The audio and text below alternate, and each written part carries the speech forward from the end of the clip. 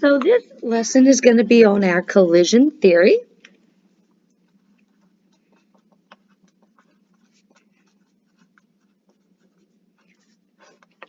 All right, and what is the collision theory? The collision theory is a theory of how a reaction is going to occur. And it says that reactions occur when two or more particles collide.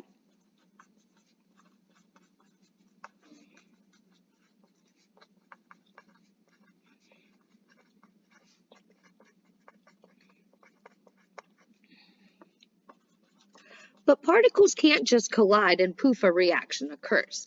When they collide, they have to collide with each other in the correct orientation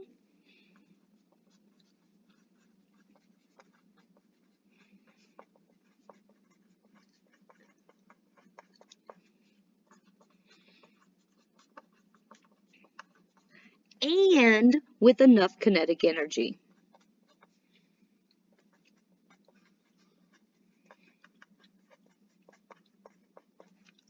All right, so a collision must happen, and two things must happen during that collision for the reaction to occur. We have to have the correct orientation. If there is not the correct orientation, there will be no reaction.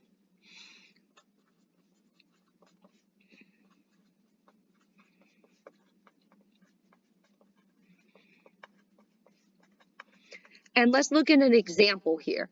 Let's say we were to take carbon monoxide gas with oxygen gas, and overall that would form 2 moles of carbon dioxide gas. And if we were to look at this at the particle level, let's say I was to make carbon a shaded circle and oxygen a non-shaded circle. So here's my carbon monoxide, my oxygen, and I am going to form 2 moles of carbon dioxide. So let's take a look at this in terms of our correct orientation. If I was to have a collision where I had my carbon monoxide and I have a collision, so this is my collision. All right, so imagine I have a collision here. So these two guys are coming together. Boom, collision, right? Boom, collision. All right, this is not the correct orientation.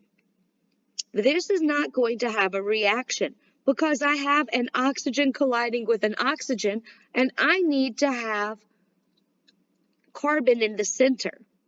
I'm not going to have carbon and 2 oxygens. So what if I had a collision, oops, and let me draw it this way, where oxygen collides, boom, with the carbon monoxide. So here I have a collision between the oxygen and the carbon.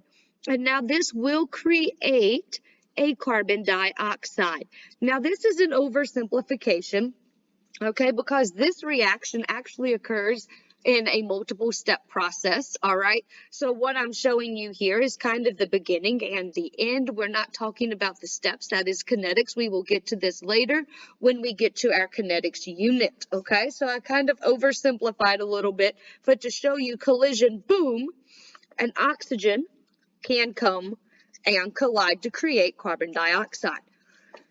All right, if not enough kinetic energy,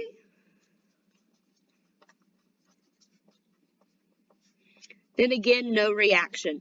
Remember, when we break bonds, energy is required. So we have to have enough energy to not only break these bonds, but also overcome the activation energy that's needed. So again, this is all kinetics. We're going to come back to this later, and we're going to look at it in a lot more detail. What do I need you to know right now for this portion of the class, for the honors portion? They have to collide. Particles have to collide in the correct orientation and with enough kinetic energy. That is it. We're going to dive into this in a lot more detail because everything we do in chemistry, we ultimately always go back to it, right? So we will come back to this once we have a little bit more information in order to understand the detail. So let's look at the factors affecting reaction rates. And when we talk about the rate of a reaction, we talk about how quickly it occurs. Okay, so we're talking about the speed. How fast does that reaction occur? And again, this is kinetics. We will come back to this. We will learn how to calculate these rates when we get to the AP portion. Let's look at some things that affect reactant or reaction rates. Temperature. Okay. An increase in temperature causes an increase in kinetic energy.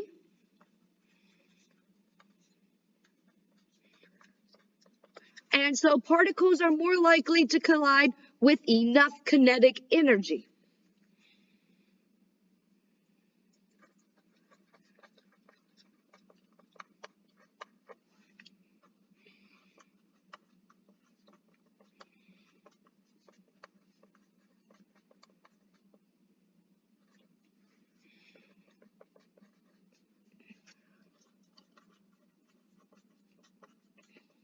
Therefore, increasing the reaction rate. If I increase kinetic energy, I am more likely to have a collision with enough kinetic energy that the reaction will occur.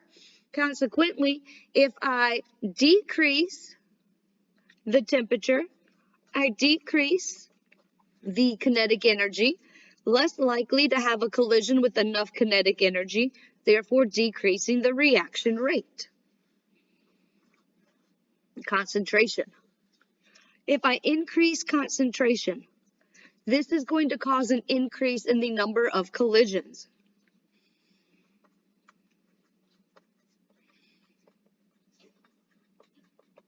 All right, and the way I'd like for you to think about that is, let's say class is in session and we as a class went out into the hallways of the school and we walked around the school. You guys are the concentration.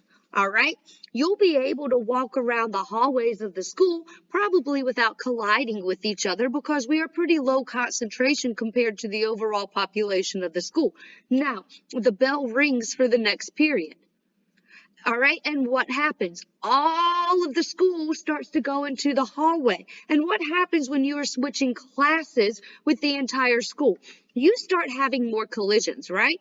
You spend your time going from one class to the next saying, oh, sorry, excuse me, because you guys are bumping into each other because the concentration has now increased. All right, so an increase in concentration causes an increase in the collision number. Therefore, if we have more collisions, we have a statistically higher probability of some of those collisions having the correct orientation and enough kinetic energy.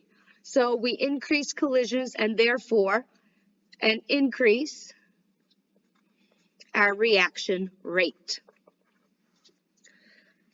On the same hand, a decrease in concentration causes a decrease in collisions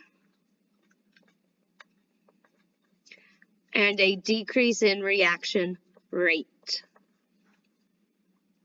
All right, our third one that we're going to look at is surface area.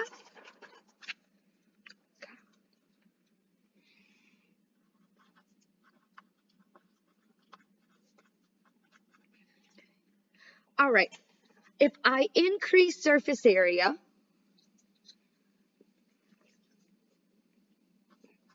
and I'm just going to write SA for surface area. That is a Ms. Colston original abbreviation. All right, SA for surface area. Then I have a more surface area, so therefore a larger likelihood of a collision occurring. So we're going to cause an increase in collision.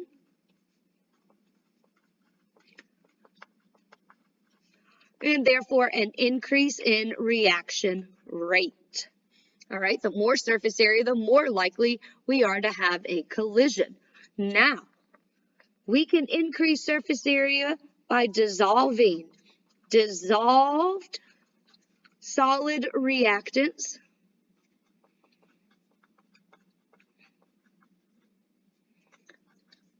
cause an increase in surface area because particles have already been separated.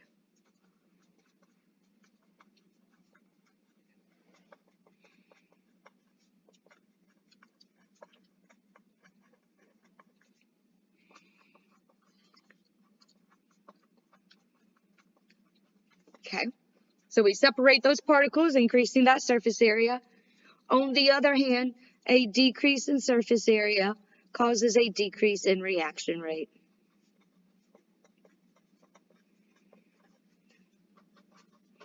Pressure is number 4.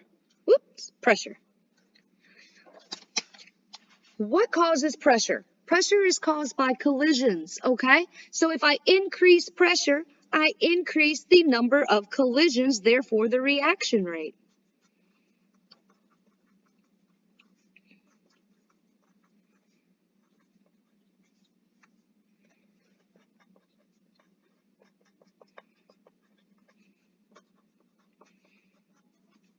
Now we know that the pressure is actually caused by the collisions with the wall of the container, but if collisions are happening on the wall of the container, they're also happening inside of the container as well. All right. So a decrease in pressure causes a decrease in reaction rate.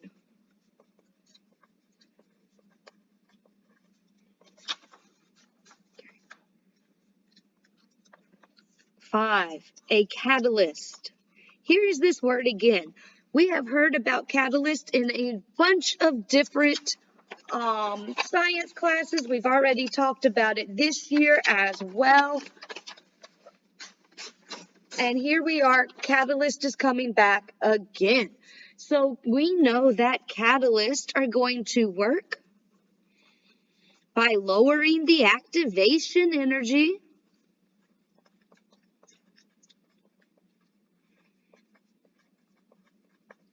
and if you see E sub A, that is activation energy. So catalysts do work by lowering the activation energy, and we know that catalysts are reusable.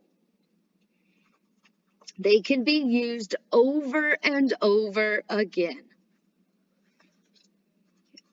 Finally, we have structure. All right, and let's look at carbon dioxide.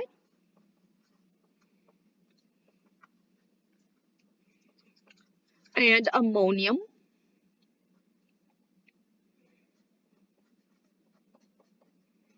I said ammonium, I'm sorry, ammonia, NH3. All right, what do we notice here? Carbon dioxide has double bonds. Ammonia has single bonds. It requires energy to break bonds. Which one of these is going to require more energy? Double bonds require more energy than single bonds. Therefore, because it takes more energy to break the double bond,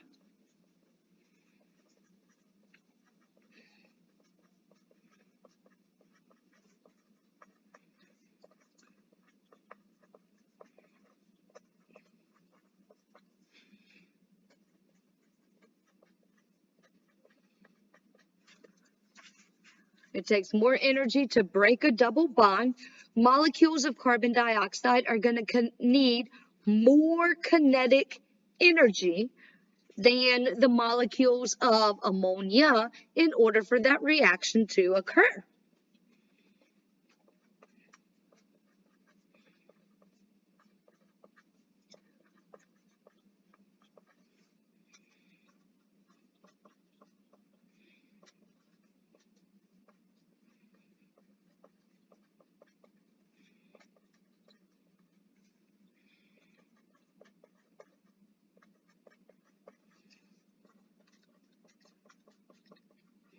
Okay, so that makes sense because double bonds require more energy. So carbon dioxide is going to have more kinetic energy than the ammonia in order for the reaction to occur. So 6 different things that work together, all together to help us to increase or decrease reaction rates as needed.